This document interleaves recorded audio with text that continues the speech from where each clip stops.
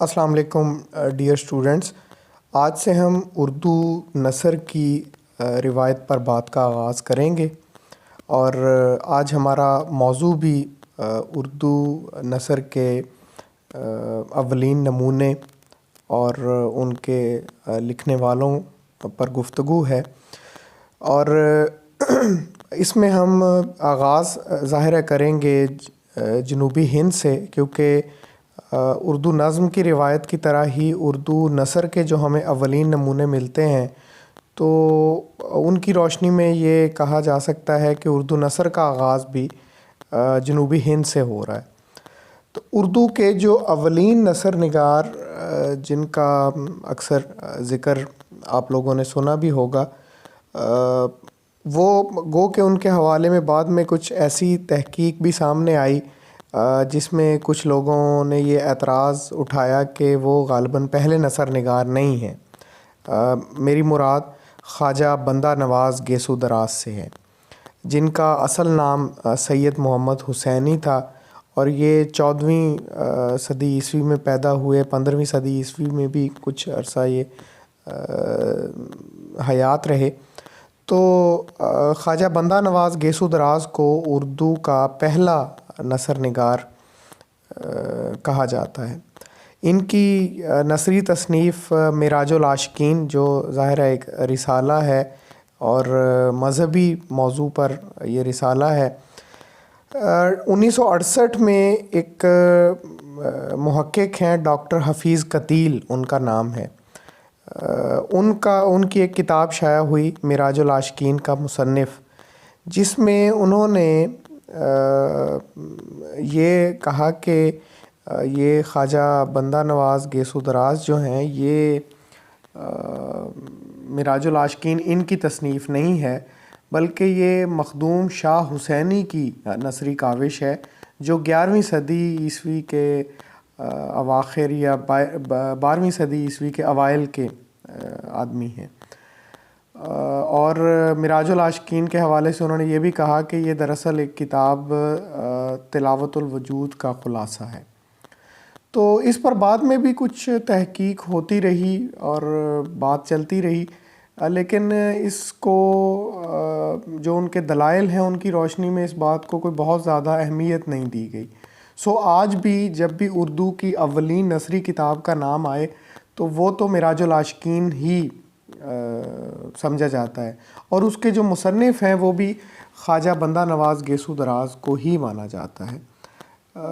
بہرحال آپ سے سوال اس طرح سے تو ہو ہی سکتا ہے کہ اردو کی پہلی نثری تصنیف کون سی ہے، یا اردو کے پہلے نثر نگار کون سے ہیں، لیکن اس طرح سے بھی سوال پوچھا جا سکتا ہے کہ اردو کی پہلی نثری تصنیف کے حوالے سے کس محقق نے اپنی کتاب معراج العاشقین کا مصنف میں اعتراضات اٹھائے.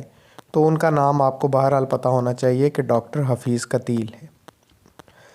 اچھا، پھر یہ روایت جب آگے بڑھتی ہے تو ہمیں خواجہ بندہ نواز گیسو دراز کے بعد ایک نام شیخ وجیہ الدین علوی کا ملتا ہے، جن کا ایک رسالہ اسی طرح کا بحر الحقائق کے عنوان سے ہے. لیکن جو زیادہ ذکر آیا وہ اس کے بعد ایک پورا سلسلہ ہے جو شاہ میراں جی شمس العشاق سے شروع ہوتا ہے، اور پھر ان کے فرزند شاہ برہان الدین جانم کا ذکر آتا ہے، اور پھر ان کے فرزند اور شاہ میراں جی شمس العشاق کے پوتے شاہ امین الدین اعلیٰ کا ذکر آتا ہے. تو یہ تینوں بزرگ ایک ہی خانوادے، ایک ہی گھرانے کے ہیں. صوفیاء کی روایت میں ان کا شمار ہوتا ہے. تو ان تینوں کے کچھ نثری رسائل اور نثری صحیفے ہمیں ایسے ملتے ہیں جن کے متن کو اگر سامنے رکھا جائے تو اردو نثر کے ابتدائی نمونے ہم ان کو کہہ سکتے ہیں. آپ سے پوچھا جا سکتا ہے کہ شاہ میراں جی شمس العشاق کا وہ کون سا رسالہ ہے جو اردو کی ابتدائی تصانیف میں جس کا شمار ہوتا ہے، یا اس رسالے کا نام دے کے رسالہ ہے شرح مرغوب القلوب. ٹھیک ہے، تو اس رسالے کا نام دے کے بھی پوچھا جا سکتا ہے کہ اس کے مصنف کون ہیں. تو یہ شاہ میراں جی شمس العشاق یہ 15ویں صدی عیسوی کے بزرگ ہیں، اور بیجاپور سے ان کا تعلق ہے جو دکن کی ایک ریاست تھی۔ شاہ برہان الدین جانم ان کے فرزند ہیں، ان کے بیٹے ہیں، یہ 16ویں صدی عیسوی کے بزرگ ہیں، اور ان کی جس کتاب کا ذکر ملتا ہے وہ کلمۃ الحقائق ہے، یا کتاب کا اس کا نام، اس رسالے کا نام دے کے بھی مصنف کا نام پوچھا جا سکتا ہے۔ شاہ امین الدین اعلیٰ کے بھی کچھ نثری کتب ہیں، نثری رسائل ہیں، جن میں کلمۃ الاسرار ہے، ایک وجودیہ ہے، گفتار حضرت امین ہے، گنج مخفی ہے۔ یہ مختلف ان کی کتابیں ہیں جن میں اردو کی اولین نثر یا اردو کی ابتدائی نثر یوں کہہ لیں، اس کے ہمیں نمونے ان میں ملتے ہیں۔ پھر اس روایت کے بعد ایک بڑا اہم نام جو گولکنڈہ کی ریاست سے ہیں، ملا وجھی، جن کا اصل نام اسد اللہ تھا، تو ملا وجھی کا ذکر ملتا ہے۔ ملا وجھی کی سن ولادت کے حوالے سے کافی اختلاف ہے، لیکن وفات ان کی 1659 میں ہوئی۔ اور ایک تو ان کی جب ہم مثنوی کی روایت پڑھ رہے تھے تو کتب مشتری ان کی مثنوی کا ذکر بڑی تفصیل سے آیا تھا، لیکن ان کی جو نثری کتاب ہے، جو اردو کی پہلی داستان بھی سمجھی جاتی ہے، کچھ لوگوں نے اس کو داستان کی بجائے تمثیل کہا ہے، تو بہرحال داستانوں کی روایت میں بھی سب سے پہلی کتاب اس کو سمجھا جاتا ہے، وہ ہے سب رس، جو 1636 کے لگ بھگ کی کتاب ہے۔ اور اس کا نام بھی آپ کو آبجیکٹیو ٹائپ کویسچن کے حوالے سے یاد رہنا چاہیے۔ پھر اس کتاب کے حوالے سے دو باتیں اور اہم باتیں وہ بھی یاد رہنی چاہیے۔ ایک یہ کہ اس کا جو اصل ماخذ وہ فارسی کتاب دستور عشق ہے، لیکن ملا وجھی نے دراصل جو ایک اسی فارسی کتاب کا نثری خلاصہ لکھا گیا تھا حسن و دل کے عنوان سے، تو انہوں نے اس حسن و دل کو سامنے رکھتے ہوئے اس سے اخذ کیا ہے اس پوری داستان کو، بلکہ سبرس کا جو یوں کہہ لیں کہ ٹائٹل پیج ہے، سر ورک ہے اس کا، اس پر بھی قصہ حسن و دل لکھا ہوا ہے، تو جس سے پتہ چلتا ہے کہ یہ اس کتاب سے ملا وجھی نے یہ داستان اخذ کی ہے۔ تو یہ ہمیں دکن میں جو نثر کی روایت کے ابتدائی نمونے ہیں، یہ چند وہ نمونے ہیں جن پہ ہم نے بات کی۔ اب ہم اس کے بعد دیکھتے ہیں کہ شمالی ہند میں نثر کی یہ روایت کب سے شروع ہو رہی ہے اور یہ سلسلہ کس طرح سے آگے بڑھتا ہے۔ شمالی ہند میں نثر کی روایت کا جو ایک سلسلہ ہمیں نظر آتا ہے، وہ 3 مختلف دھارے ہیں جن کو سامنے رکھتے ہوئے وہ روایت بیان کی جاتی ہے۔ ان میں ایک دھارا وہ ہے جس میں نثر کے ہمیں کچھ نمونے قواعد کی کتب میں ملتے ہیں۔ پھر اس کے بعد دوسرا دھارا جو ہے وہ ہے کہ جو قرآن مجید کے تراجم ہوئے شمالی ہند میں، ظاہر ہے وہ بھی ایک طرح سے اردو میں جو تراجم ہوئے وہ اردو نثر کے ہمیں کچھ نمونوں کے طور پر ہم ان کو سامنے رکھ سکتے ہیں۔ پھر جو باقاعدہ نثری کتابیں لکھی گئیں، یہ تیسرا دھارا ہے، اور ان نثری کتابوں میں داستانوں کا زیادہ حصہ ہے۔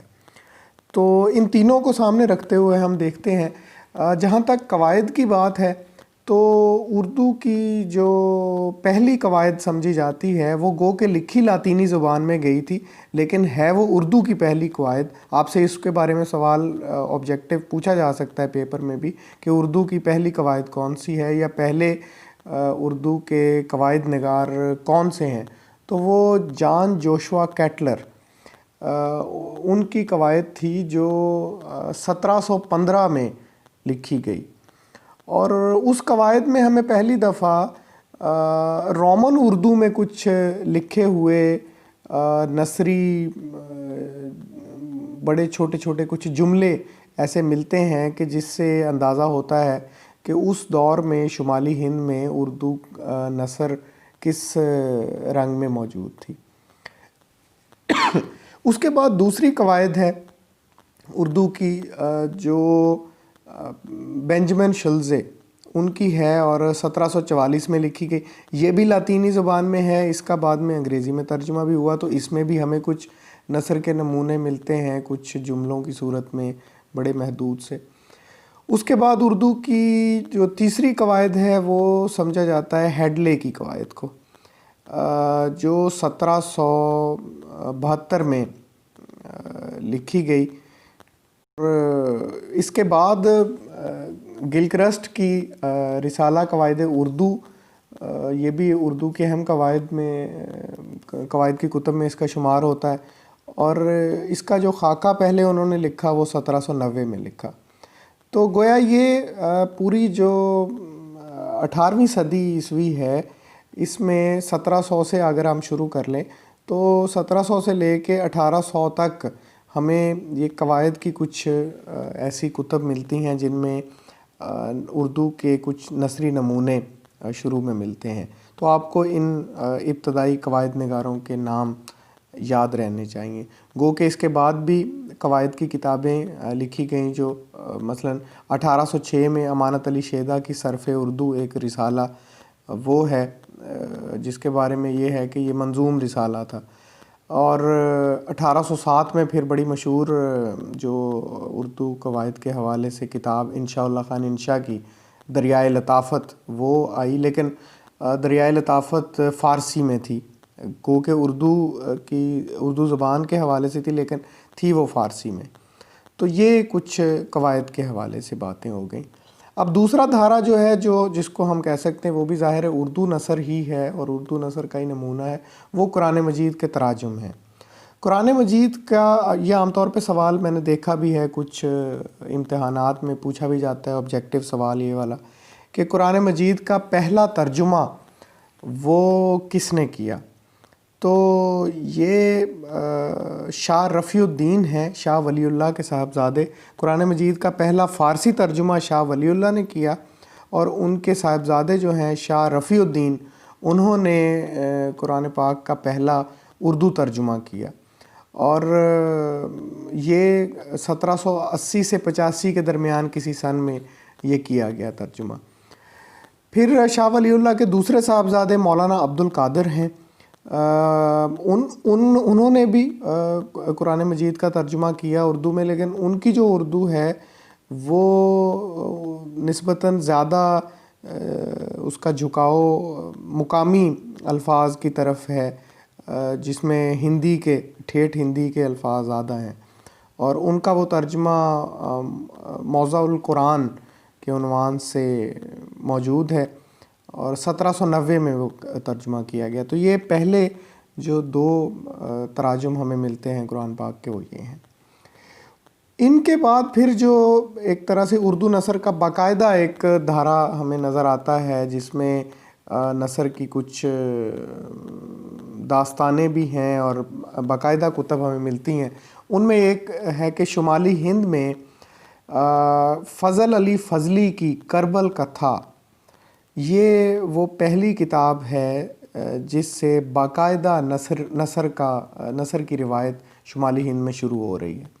اور یہ 1732 میں یہ کتاب شائع ہوئی, اور اس کو مرتب کیا ہے. بعض اوقات یہ بھی پوچھ لیا جاتا ہے کہ جی فضل علی فضلی کی کربل کتھا کا مرتب کون ہے, تو یہ مالک رام ہے.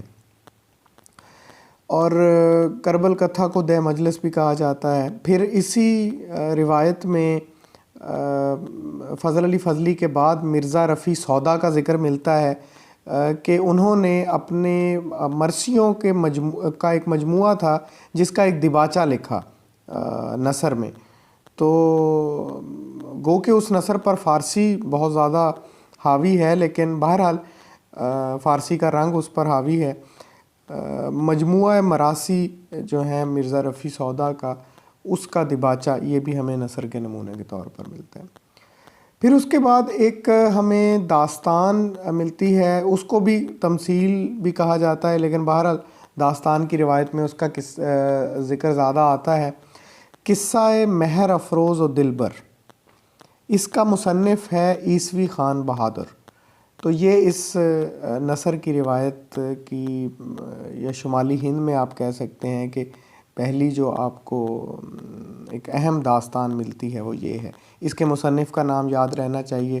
پوچھ لیا جائے قصہ مہر افروز و دلبر کا مصنف کون ہے تو عیسوی خان بہادر، یا اس طرح سے پوچھ لیا جائے کہ عیسوی خان بہادر نے کون سا قصہ لکھا اور نیچے 3-4 کے نام دیے ہوں جن میں سے آپ نے قصہ مہر افروز و دلبر کو ٹک کرنا ہے. اس روایت میں جو سب سے اہم آدمی فضل علی فضلی کے بعد ہیں وہ میر عطا حسین خان تحسین ہیں. یہ کلکتہ میں انہوں نے کافی عرصہ قیام کیا. یہ ان کا آبائی وطن تو کوئی اور تھا، لیکن بہرحال کلکتہ کے بعد پھر یہ فیض آباد بھی آئے. نواب شجاع الدولہ کے دربار سے وابستگی بھی رہی ان کی. ان کی کتاب ہے جی میر عطا حسین خان تحسین کی 9 طرز مرصع. 9 طرز مرصع 1775 میں لکھی گئی، اور 9 طرز مرصع وہی کتاب ہے جس کو بنیاد بنا کے پھر بعد میں میر امن نے اردو کی بڑی مشہور داستان جو ہے باغ و بہار اب وہ لکھی. اور یہ 9 طرز مرصع خود میر عطا حسین خان تحسین نے کہاں سے ماخوذ کیا اس کو؟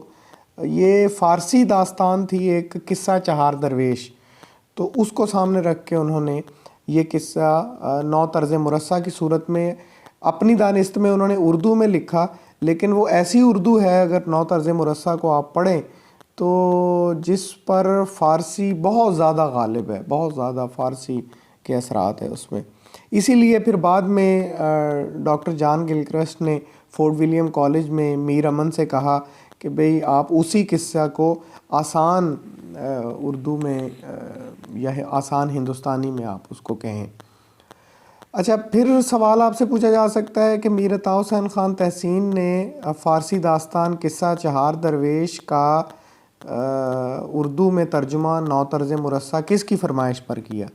تو یہ ایک انگریز افسر تھے ان کے، جنرل اسمتھ بہادر، تو ان کی فرمائش پر یہ کیا گیا ہے. پھر آپ سے سوال پوچھا جا سکتا ہے کہ میر عطا حسین خان تحسین نے 9 طرز مرصع کے دیباچے میں یا تعارف میں اس کتاب کی زبان کو کیا نام دیا ہے؟ تو انہوں نے اس کتاب کی زبان کو، اپنے قصے کی زبان کو خود زبان اردو معلیٰ کہا ہے. تو یہ چند باتیں اس قصے کے حوالے سے تھیں.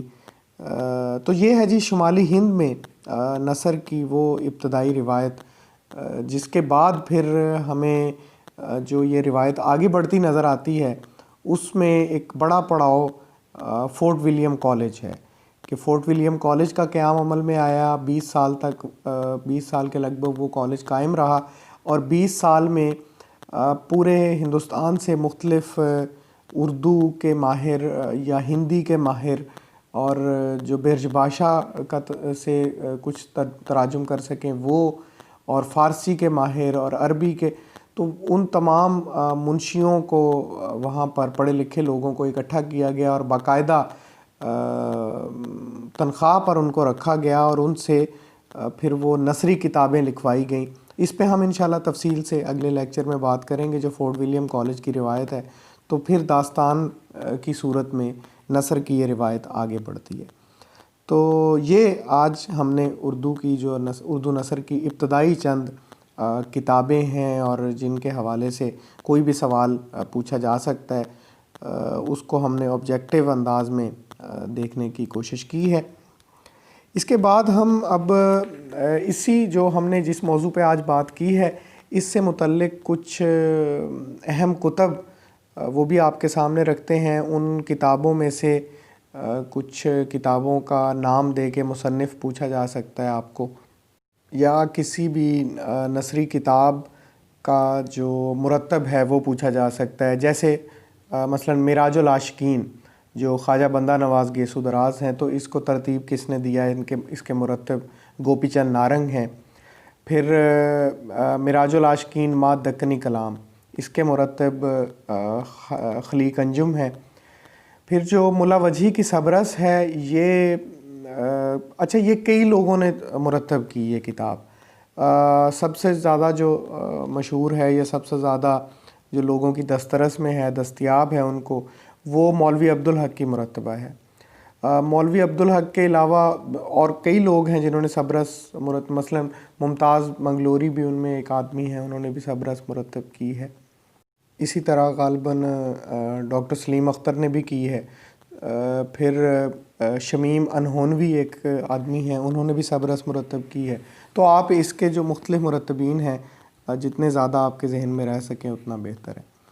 پھر ہم نے ایک کتاب قصہ مہر افروز و دلبر جو عیسوی خان کا قصہ ہے، اس کو مرتب کیا ہے ڈاکٹر مسعود حسین خان نے۔ کربل کتھا جو ہے فضل علی فضلی کی، مالک رام اور مختار الدین آرزو اس کے مرتب ہیں۔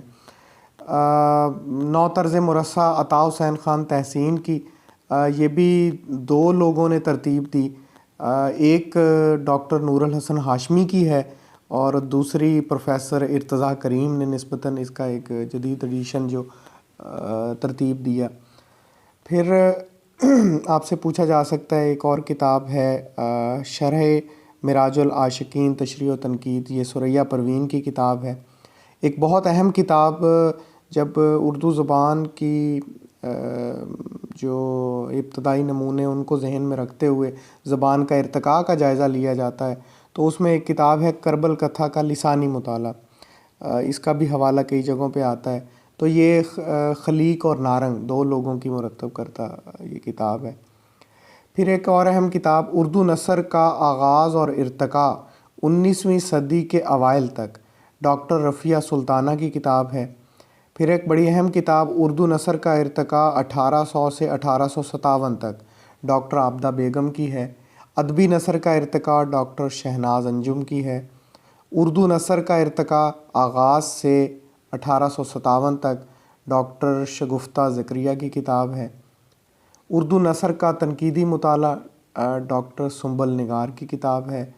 اور ایک اسی موضوع پر بہت اہم اور کتاب اردو نثر کا فنی ارتقاء، ڈاکٹر فرمان فتح پوری صاحب کی کتاب ہے یہ۔ اچھا، پھر اسی طرح سے اردو نثر کا ارتقاء 12ویں صدی عیسوی سے فورٹ ولیم کالج تک، یہ جمیل نقوی کی کتاب ہے۔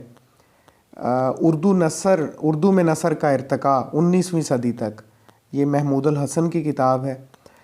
بہت ایک اہم اور کتاب، اس کا بھی میں نے کئی جگہوں پہ دیکھا سوال پوچھا جاتا ہے عام طور پہ، دکنی نثر کا انتخاب، پروفیسر سیدہ جعفر کی کتاب ہے، جو دکن کے جتنے بھی صوفیاء جن کا آج کے لیکچر میں بھی ہم نے کچھ ذکر کیا، ان تمام کی نثر کے نمونے ہمیں اسی کتاب میں ابتدائی نمونے ملتے ہیں۔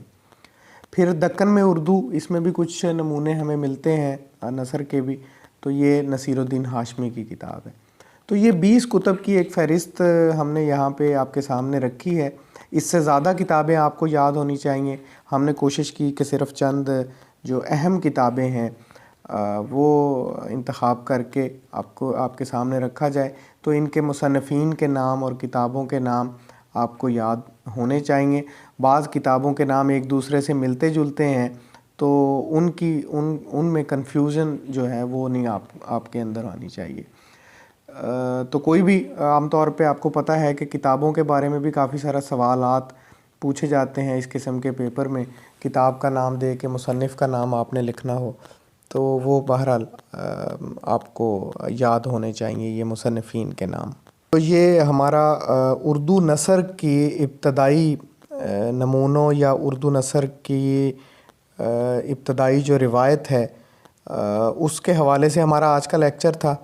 انشاءاللہ اگلے لیکچر میں ہم فورٹ ولیم کالج اور پھر اس کے ساتھ ہی دہلی کالج کا بھی ظاہر ہے ساتھ ہی ذکر آتا ہے، تو ان دونوں کالجز اور یہ ایک ہندوستان کے بہت آپ یوں سمجھیں کہ صرف ادب کے حوالے سے نہیں بلکہ جو ہندوستان میں ایک تعلیم کی ایک روایت ہے پوری، اس حوالے سے بھی یہ دونوں بہت اہم ادارے ہمیشہ شمار کیے جاتے ہیں۔ تو ان دونوں اداروں کو سامنے رکھتے ہوئے، وہاں ہونے والے کام کو سامنے رکھتے ہوئے نثر کی روایت کو انشاءاللہ اگلے لیکچر میں ہم دیکھیں گے۔ تو آج کے لیے اتنا ہی، اپنا خیال رکھیے، اللہ حافظ۔